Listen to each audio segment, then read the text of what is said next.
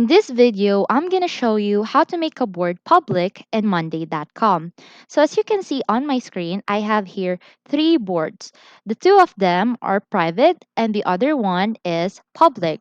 So I have here two boards. Let's say this marketing board, I want this to make into public. So we have two ways. The first one is make sure that you are inside on this private board. So we are already here inside. So let's go over here at the right hand side. You can see three dots. So once we click these three dots here, we can see here the board settings. So once we hover our mouse on the board settings option, we can see another options, change board type.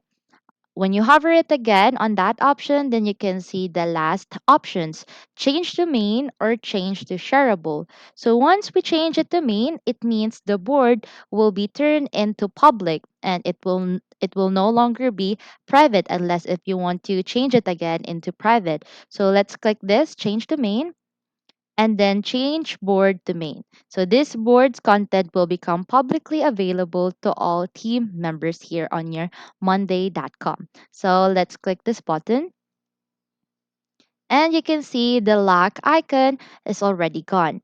The other way of changing it to public, let's try this third board that I have, projects.